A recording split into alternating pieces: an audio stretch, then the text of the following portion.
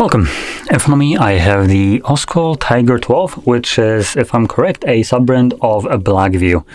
So anyway, today I'll go over unboxing along with a quick view at this device.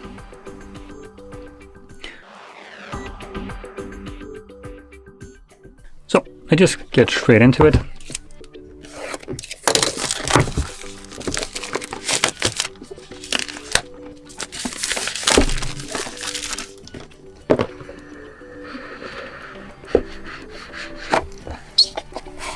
Okay, right off the bat we are presented with the tempered glass. I always love to see that. So there we go, set that to the side. Next we have the phone. Get rid of the plastic.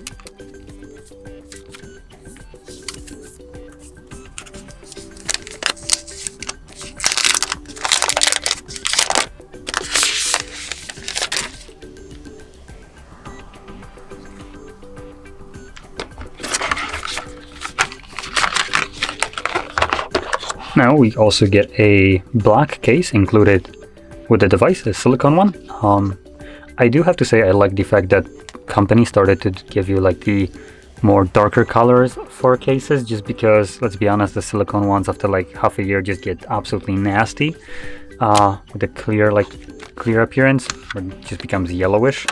So always love to see the ones that don't actually suffer the same kind of degradation.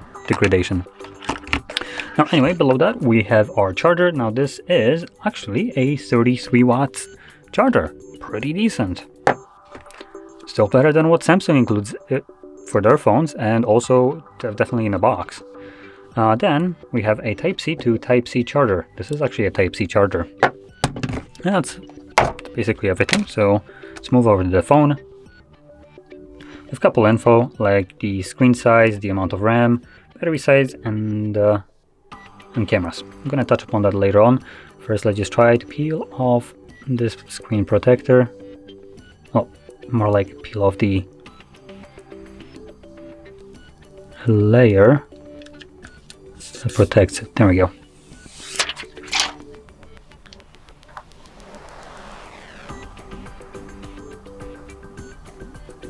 Okay, good enough. So let's start off with the display right here. So this is a 6.78-inch display running a resolution of 1080 by 2460 pixels. It is also an LCD IPS display with 120 Hz refresh rate and a typical brightness of about 500 nits, boasting about an 85% screen to body ratio with 396 pixels per inch. So that being said, for phone this caliber, I have to say this is actually a pretty decent spec device.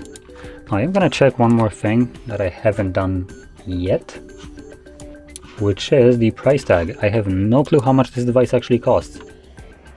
Let's see, buy now.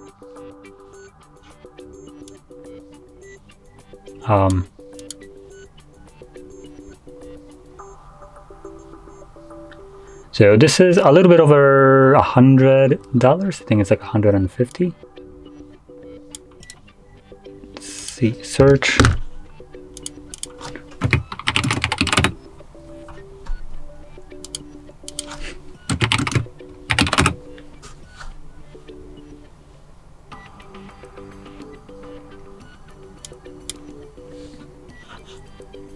Oh, for God's sakes.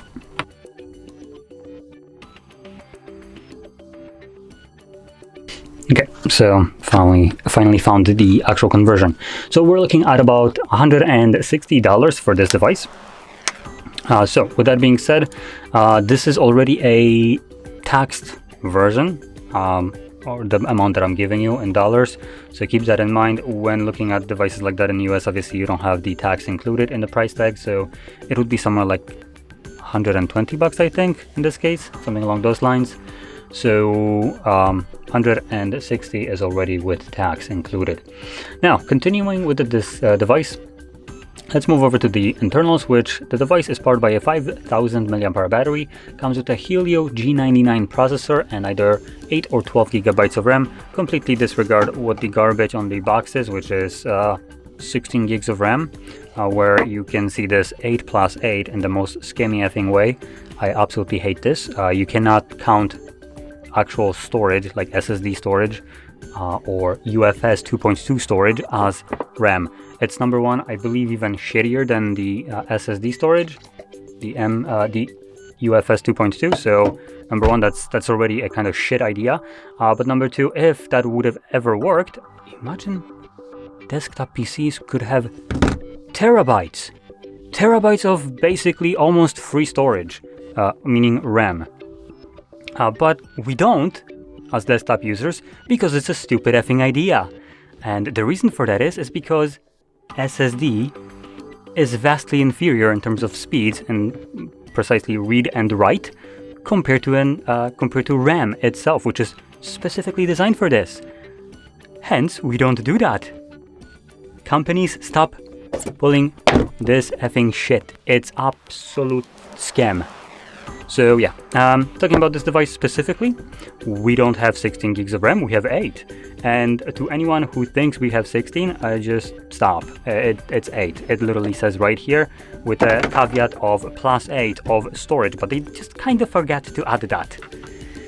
It's infuriating malpractice, just as inclusion of macro or depth sensors on cameras, though actually the RAM is, I think, even scammier. So anyway, let's continue with the display device and talk about the cameras actually. So here we have a 64 megapixel wide sensor, and look at that, we got the scam of 2 megapixel depth. Go F yourself. Absolutely hate that. So this, I presume, is the 2 megapixel depth, which you will never get to use because it's absolute utter garbage. So yeah. Now, I would have been fine with having just a single camera, and it would have made a single shred of a difference, because having more useless cameras doesn't give me any value. It just increases the price of the device. Anyway, at the front we have a 13 megapixel wide sensor. Now with the actual back camera, you can record at 1440p at 30 frames and 1080p also 30 frames. And at the front with the selfie one, you can do 1080p 30 frames. And moving into the OS that is on this device, we have a Android 13 running Doki OS 4.0. It's the first time I'm hearing about this one, though based on the setup it already looks pretty stock. I am gonna go to the setup just so we can maybe see how it looks like. But at least the setup screen for this device, it's stock as it can get. And quickly finish this up. So there we go, there is our device setup. It has a little bit of a skin. It's not how stock Android actually looks like, but by the looks of it, it's very close to a default Android. Can't really complain. Now in terms of bloatware on this device, we are looking at some focus modes, easy share, but this is probably for maybe cloning your device, though I could be wrong. Let's see what else we get. Workspace.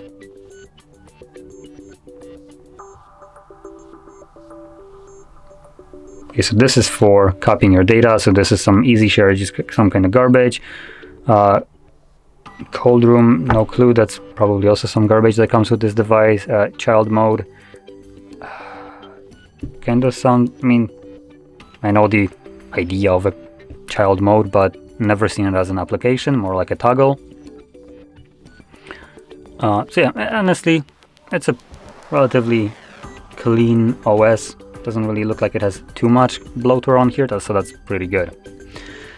So anyway, with that being said, this is the, what was it? Oscal Tiger 12. And to be completely frank with you, it's just another budget device because it is priced in a budget range. The nice things that I could say about it for this price, it has a 120 Hz refresh rate, so that's pretty good. It comes with a provided screen protector and a case, so that's also pretty nice. And other than that, it's going to be just a budget device that decided to give you a little bit of a nicer experience in terms of the actual screen. And that's about it, which for the price, I would say it's a pretty decent decision. Now, anyway, with that being said, if you found this video helpful, don't forget to hit like, subscribe, and thanks for watching.